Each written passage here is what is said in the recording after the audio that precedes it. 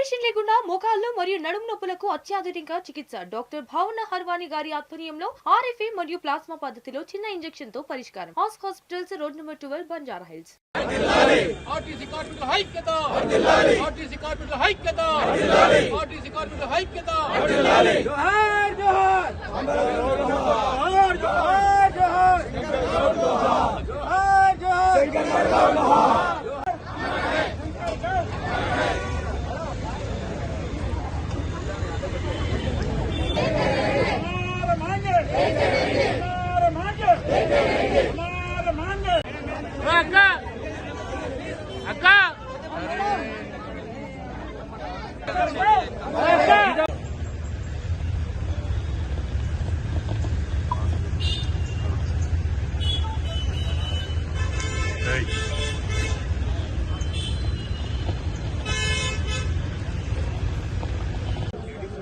మనుషులందరూ ఏదైతే వాల్యూ గా భావిస్తారో అలాంటి ప్రాణదానం చేయడం అనేది చూసాం.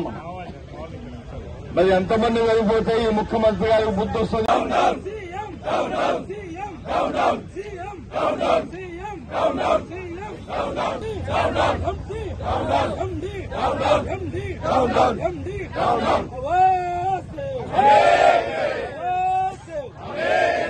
ఈ డిపో పరిధిలో మీకు ఏ కష్టం వచ్చినా నేనున్నాను అని చెప్పడానికి మా డిపోకు రావడం అనేది జరిగింది. అట్లాగే సిఐటియు ఏఐటిసి ఆధ్వర్యంలో కూడా మేము ఇక్కడ ఉన్నటువంటి చీడిమెట్ల పారిశ్రామిక ప్రాంతంలో తెలంగాణ రాష్ట్ర వ్యాప్తంగా అన్ని ఆర్టీసీ డిపోల్లో మరి పెద్ద ఎత్తున సమ్మె చేస్తున్నటువంటి ఆర్టీసీ మరి కార్మిక సంఘాలందరినీ కూడా సాంఘీభావం తెలియజేయడానికి తెలంగాణ రాష్ట్ర వ్యాప్తంగా బీఆర్ఎస్ పార్టీ పిలుపు మేరకు కేసీఆర్ గారి పిలుపుతో అందరం కూడా బీఆర్ఎస్ నాయకులందరం కూడా అన్ని నియోజకవర్గాల్లో అన్ని డిపోల్లో ఈరోజు వారికి సాంఘీభావం తెలియడానికి రావడం జరుగుతోంది.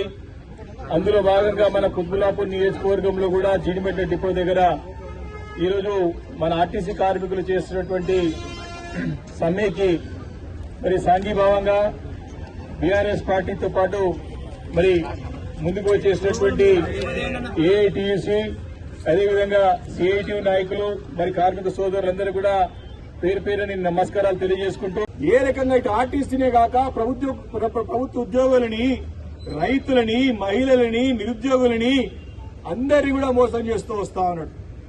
ఈరోజు డబ్బులు అడిగితే ఏమంటాడు? డబ్బులు లేవు, నన్ను కాల్చుక తింటారా, నన్ను పీక్క తింటారా, డబ్బులు లేవు అని మాటలు మాట్లాడతాడు.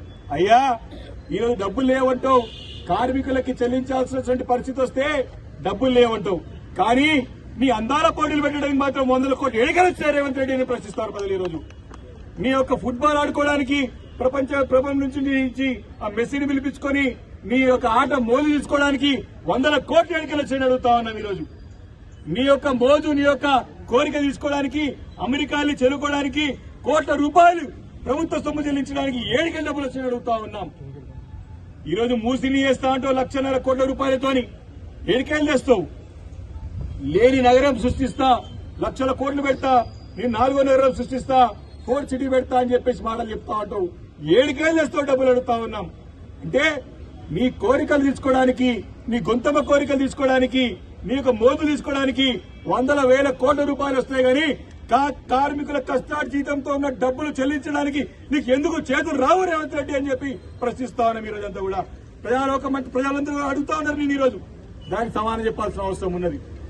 పూర్తిగా విఫల ప్రభుత్వం ఇది, ఘోరంగా వైఫల్యం చెందిన ప్రభుత్వం ఇది. యావత్ భారతదేశంలో ఘోరంగా విఫలమైన ముఖ్యమంత్రి ఎవరుందంటే ఈరోజు తెలంగాణ రాష్ట్రంలో రేవంత్ రెడ్డి సర్కారే. రేవంత్ రెడ్డి ఎవరైనా స్పష్టంగా అర్థమవుతోంది అందరూ కూడా. కాబట్టి సోదరులారా, మీరందరూ కూడా తప్పకుండా అని ఒకటే కోరుతా ఉన్నా, మనకి ప్రాణాలు మనకు త్యాగం చేయడం పరిష్కారం కాదు. మీరు గతంలో తెలంగాణ రాష్ట్రం రాకముందు పరిస్థితులు ఏముండే, తెలంగాణ వచ్చినాక 10 సంవత్సరాలు ఏ రకంగా చక్కదిద్దబడ్డ ఒక్కొక్క పరిస్థితి ఒకటి కూడా ఈ రోజు చూస్తా ఉన్నాం. మళ్లీ ఆ పరిస్థితులు కనపడుతా ఉన్నాయి. కాబట్టి 2.5 సంవత్సరాలైన సమయం ఇచ్చినాము. వారిచ్చినటువంటి హామీలు, వారు న్యాయంగా ఆర్టీసీకి ఇచ్చినటువంటి ఏవైతే మేనిఫెస్టోలో తాము ఇస్తామన్నటువంటి మాటలు ఏవైతున్నాయో తప్పకుండా అవి నిలబెట్టేదాకా, వారి మెడలొచ్చేదాకా బాధ్యత గల ప్రతిపక్ష పార్టీగా బీఆర్ఎస్ పార్టీ ఖచ్చితంగా ఆ బాధ్యత తీసుకుంటుందని చెప్పి సభాముఖం మీ అందరికి మనవి చేస్తా ఉన్నాము.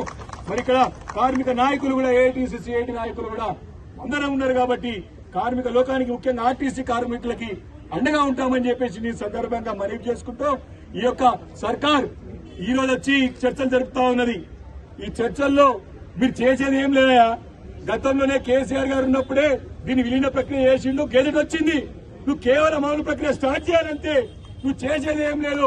నువ్వు న్యాయంగా ఇచ్చిన డబ్బులు, బకాయి పడిన డబ్బులు, మహాలక్ష్మి పథకం డబ్బులు, నువ్వు జీఎస్టీ తీసేస్తా అని చెప్పిన డీజిల్ మీద ఆర్టీసీకి ఇచ్చేదాన్ని మీద తీసేస్తే వాళ్ళ డబ్బులు వాళ్ళకి వస్తాయి.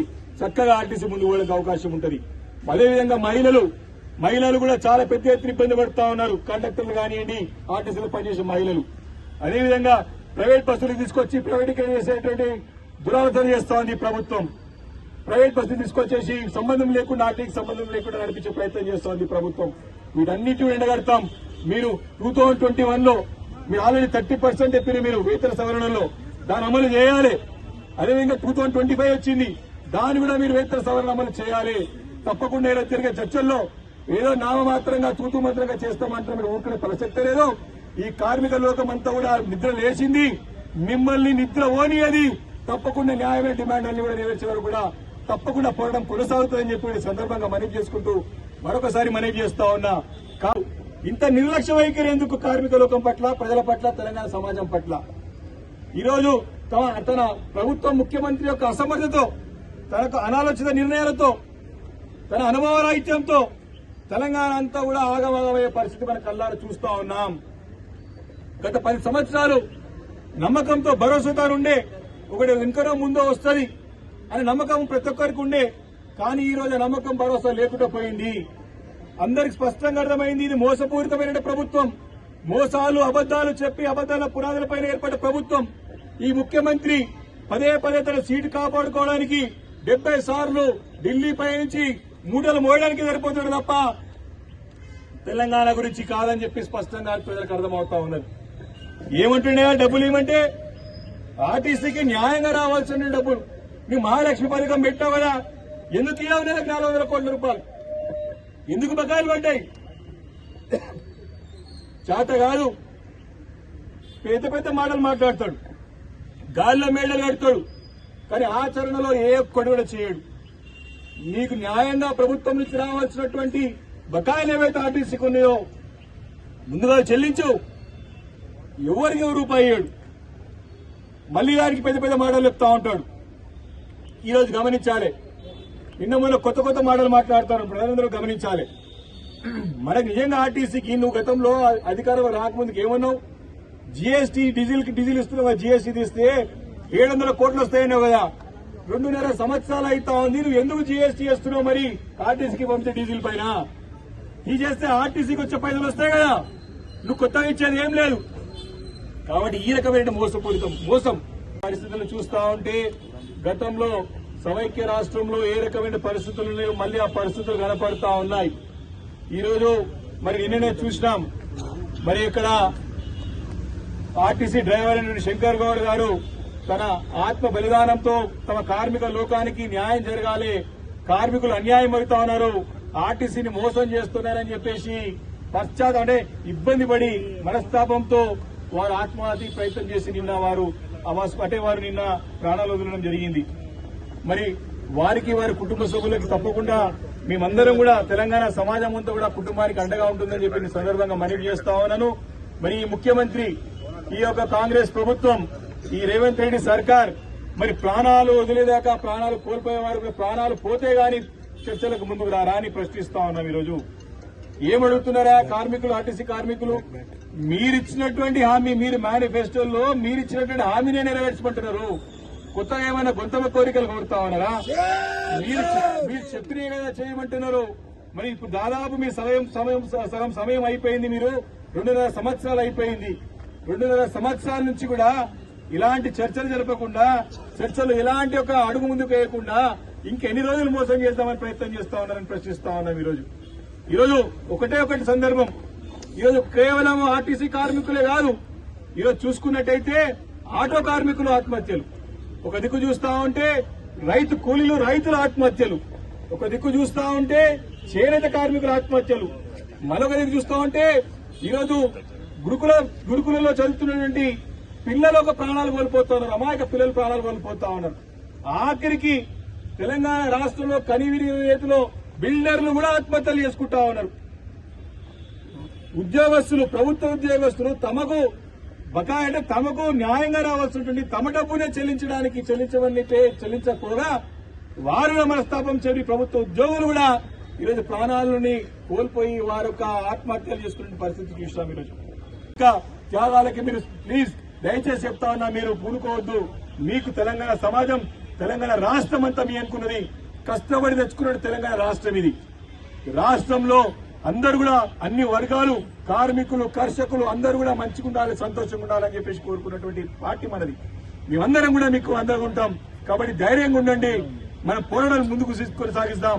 మన కోరికలు, మన యొక్క న్యాయమైన డిమాండ్ నెరవేరు కూడా ఈ పోరాటాన్ని ఉధృతం చేసి తెలంగాణలో ఈ యొక్క ప్రభుత్వాన్ని, కాంగ్రెస్ సర్కారు రేవంత్ రెడ్డికి మెడలు వంచి సాధించుకుందామని చెప్పి మనవి చేసుకుంటూ మరొకసారి మీ అందరికీ కూడా సంఘీభావం తెలియజేసుకుంటూ శంకర్ గౌడ్ గారి ఆత్మ శాంతించాలని చెప్పేసి కూడా నేను భగవంతుని ప్రార్థిస్తూ ఆ కుటుంబానికి అండదండలుగా మనందరం ఉందామని చెప్పి తెలియజేసుకుంటూ అందరికీ నమస్కారాలు తెలియజేసుకుంటూ నేను సెలవు తీసుకుంటున్నాను. కార్మికుల ఐక్యత.